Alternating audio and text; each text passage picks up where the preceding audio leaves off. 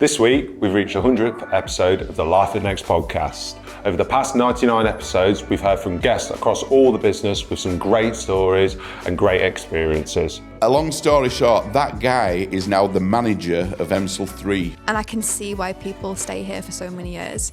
That to me has always been the standout moment for me. We're going to take a look back and we'll see some of our favourite moments and share them with you. This is the culture and the environment that you could be working in. You won't want to miss this. We first started with Elmsall Way, that we're about to rebrand E1. We then built Elmsall Drive, which we're about to rebrand E2. Makes sense. To try and keep them all in the same currency. And as online demand has just grown and grown, those two sites, we just can't cope. We've invested heavily in automation to try and get us through the last 5 years. But the decision had to be made that actually we need more capacity. Yeah. So E3 was designed and born about 4 years ago and signed off by the exec board. And we started building E3 2 to 2.5 years ago. And E3 now is bigger than Elmsall Drive and Elmsall Way combined. I just love being a field, part of the field team role. Being in stores, I love people and meeting people, and that's just my passion. So and as I say, no 2 days are the same. It changes all the time. That's just what I love about my role. Even 30 years on, every day is different, and I love it.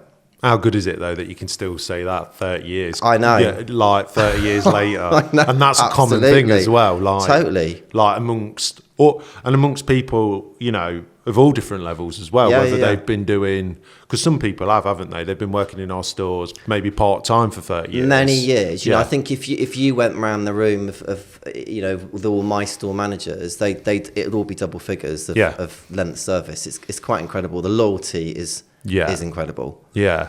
And do you think that's because there's a strong affiliation with the brand? Absolutely. Yeah.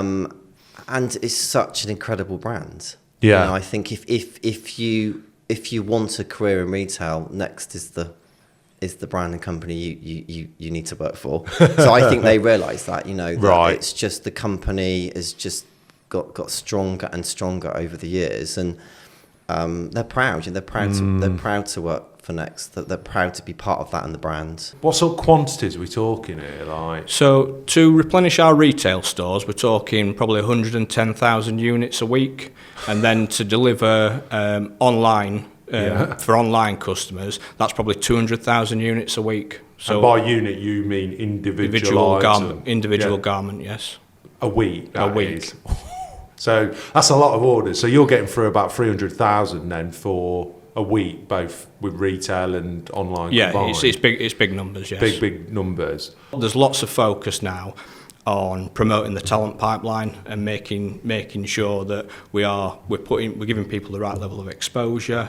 We're looking at what their skill gaps are, and just taking positive steps to make sure that they're developing at a fast enough rate, and we've got people who are ready to move into the next roll up throughout the network.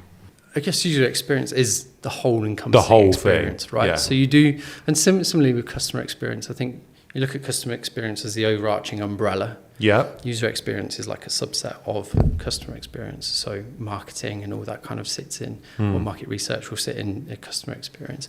But you're right, we do look at everything from, how does this make someone feel?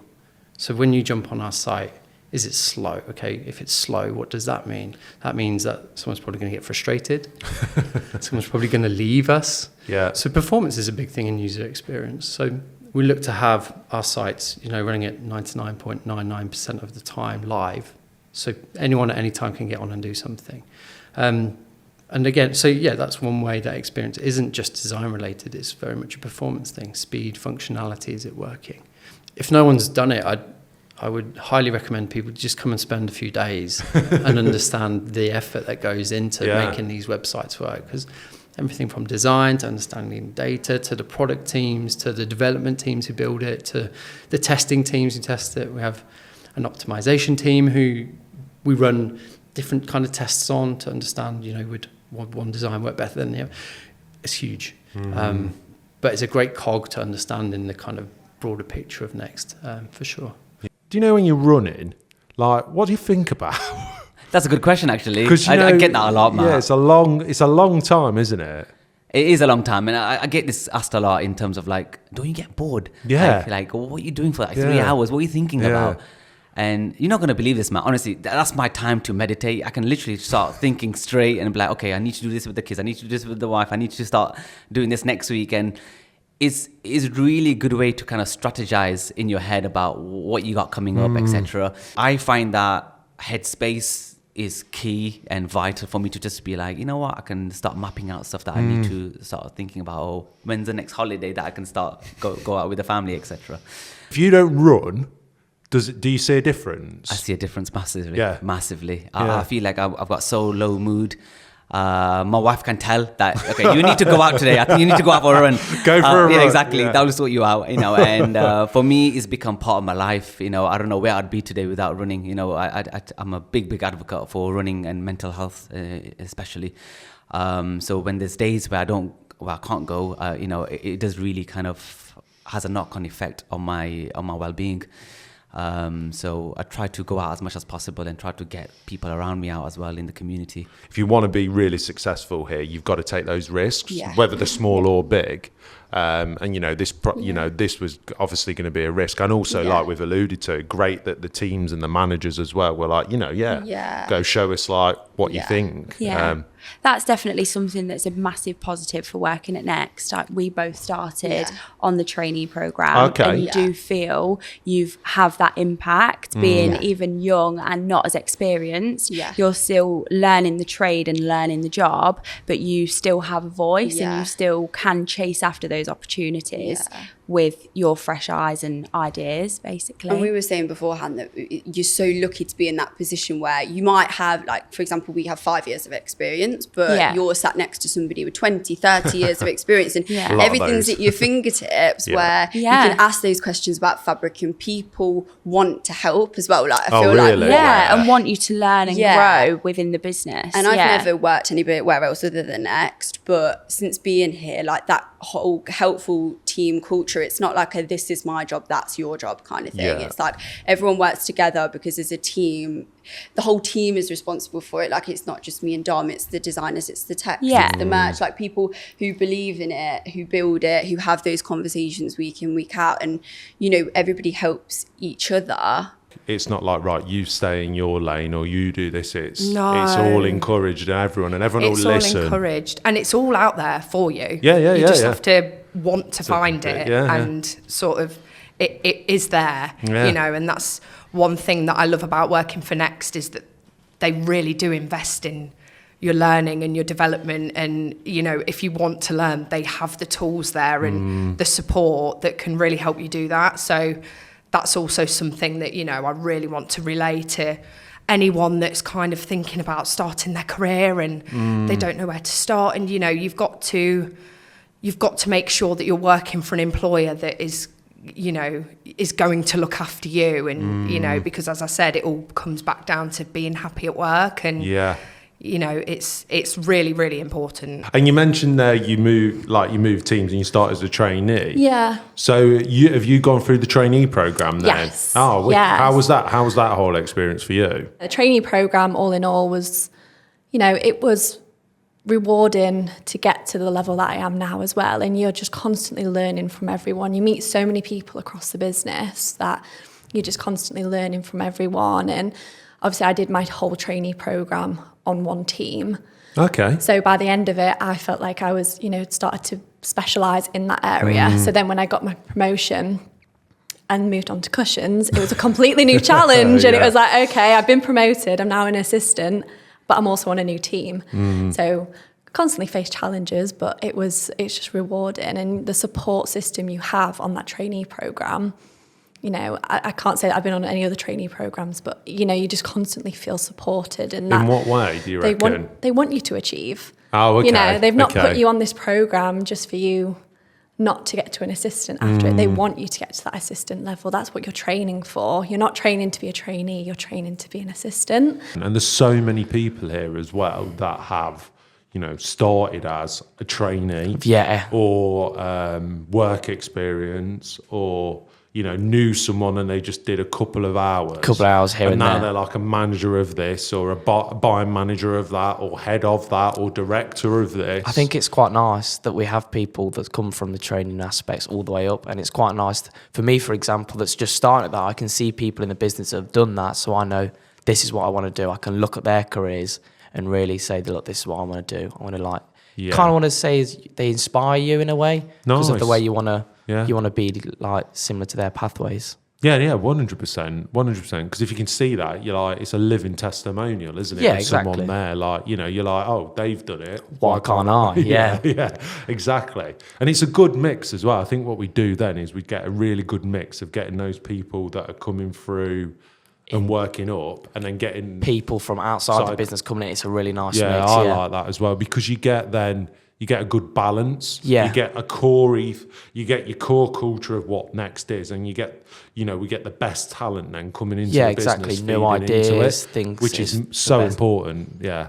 So we have that a lot where we'll have people come in they'll come from different companies, joined from, and they've just other retailers. Yes, they'll come in from other retailers and they say, oh, this is what we do. And then we might look at it and go, right, well, we can do that as well. Yeah, but better. Yeah, but better, obviously, yeah. And what's your view on AI generally, generally? At the moment, the robotics that we use is very much hard-coded, and it can only deal with, when this happens, do this, for example. Got you. Whereas with AI, it sort of learns, and so you can sort of throw more problems at it. And sometimes those problems are still routine, if that makes sense. Yeah. So I think for me, what AI allows us to do, again, do more of the processing, so it frees up the time of my team to do what I would say is the more interesting stuff, to do the partnering, to work with suppliers and the business to say, right, okay, what insight are we getting from things that we see? How can we support the business driving forward, and let the technology do the processing? So I think AI has a place. I agree. And I know there's lots of scary stories out there about AI in the future, but I think just, talking about today, I think there is a place for it, and it's certainly something, as I say, we are going to deploy in the coming weeks. So that's, that is quite exciting. And when you both joined Next, what was kind of the first thing that you kind of noticed that was quite different from where you were before? Is there anything that stood out? I mean, for me, it was just how we work with the buyers. So like I said, we didn't even sit with our buyers. There wasn't really any of that collaboration piece like what we have here. And like I say, not even just the buyers, like we sit with our techs, our designers come up all the time. So that relationship piece for me was really different. But now we work like that. I don't understand how any company would work any different. Because I think without that, how would you build the best range you can? Because you all add so much in different aspects. I'd say for me, because I was at a supplier, it was sort of a smaller company, a lot smaller team. Probably the amount of people that worked in our office were just the amount of people on our team.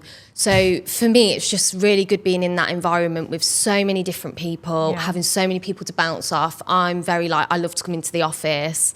I'm not really a work from home kind of person, which everybody knows about me, because I just think it is so good having that collaboration every day.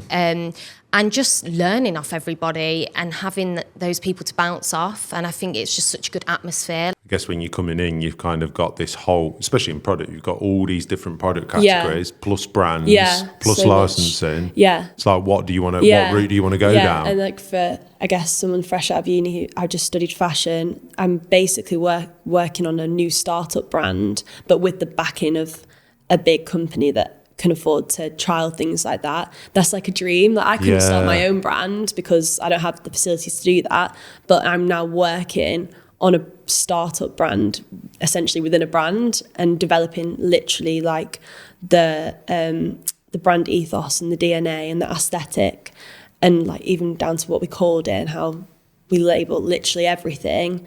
I got to work on that, and I just think that's so cool. Like to watch it start from the beginning, and who knows where it's going to end up. Hopefully, it'll be massive. Yeah.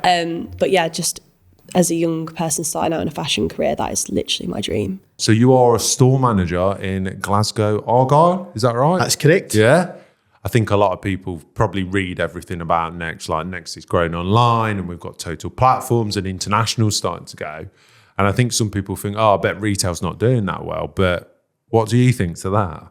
Absolute rubbish. I think. You had to think about it. You nearly said something then, didn't you? Absolutely not. Absolute rubbish. I think if you just look at the amount of stores we're opening. Do you mean I've been very lucky? I was in one of the first stores, I think, South End, and then there was one in London opened, and then there was myself. So you can see that the investment in the high street is full on. They're full steam ahead, and I think what you can see is my store is so different from the other store that's in the Glasgow city centre. So you can see that they've went away and thought about what the customers want, and it's not just your typical Next store. Mine's is very industrial. It's very modern. And it's exciting. You have to be quite adaptable as well on set, even though you've got that plan and consistency. You never know.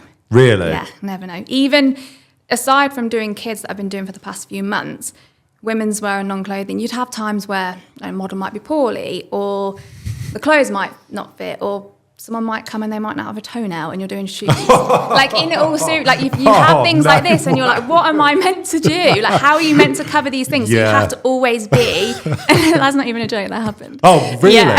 All right, Yeah. wow. So you have to just be very, you have to, and you've got no choice. And that's the thing, you can never go into your day expecting the same that you had the previous day. But that's what makes it good. Is there stuff happening in your area as well then? Yeah, I mean, I was really fortunate last year. I opened 3 stores on the south, which is brilliant.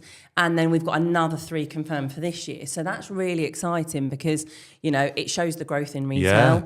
Yeah. It creates a buzz around retail, which is brilliant. And it's important because online and retail work collaboratively because customers can return and pick up in stores. So obviously we want stores to grow to support the online business, but also to have more presence on the high street for the customers and to offer that choice. So obviously we've got 3 this year, which are really exciting. We opened Canterbury a couple of weeks ago, which has been brilliant. We've got Thurrock in July, and then another one later on in the year. And that's just part, as a business, we are opening more stores, and that creates huge opportunities, for more team members, more managers, etc. And, if we hadn't been opening stores, I wouldn't have had, the opportunities that I've had 100%. In the past, which is brilliant. So you were there from day one pretty much then, yeah?